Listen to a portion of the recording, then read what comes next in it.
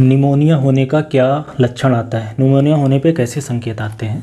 अब निमोनिया फेफड़े की समस्या है। फेफड़े के अंदर नॉर्मली ऑक्सीजन के लिए एयर स्पेसेस रहते हैं। अगर उसमें इन्फ्लेमेशन हो जाए, इन्फ्लेमेटरी सेल्स हो जाएं, तो उसको निमोनिया बोलते हैं।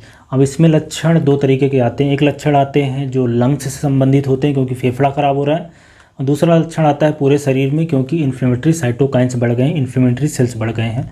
अब फेफड़े में जो सबसे कॉमन समस्या आती है खांसी का होना, खांसी के साथ स्पुटम भी आ सकता है, स्पुटम में कई बार ब्लड भी आ सकता है। इसके अलावा सांस जोर जोर से चलना, नॉर्मल जैसे सांस चलती उससे तेज़ सांस चलना, सांस लेते समय दर्द होना, इसके अलावा सांस लेने में तकलीफ़ होना, चेस्ट में टाइटनेस फील होना।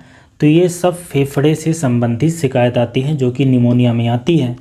और जो दूसरी शिकायत आती है वो पूरे शरीर में आती है क्योंकि इन्फ्लेमेटरी साइटोकाइन बढ़े हैं, तो वो होती है बुखार का आना, फीवर आ जाना, हार्ट रेट का बढ़ जाना, सिर दर्द होना, मांसपेशियों में दर्द होना, थकान लगना, नींद नहीं लगना, ब्रेथलेसनेस फील होना, उल्टी आ जाना।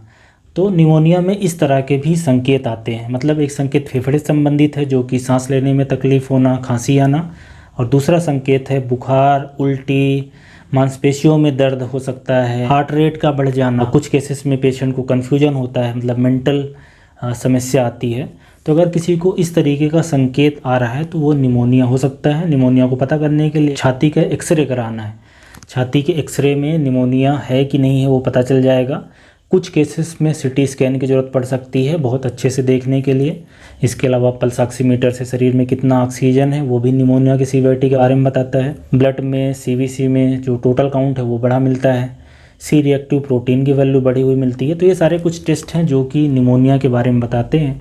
और अगर किसी को कफ आ रहा है, मतलब स्पुटम के साथ, खांसी के साथ स्पुटम आ रहा है, उसमें बैक्टीरिया देख सकते हैं किस टाइप का है, उसका कल्चर करा सकते हैं। बहरहाल ये सारे संकेत अगर किसी को आ रहा है तो वो निमोनिया हो सकता है और इसकी आप जांच करवा के उचित इलाज लें। थैंक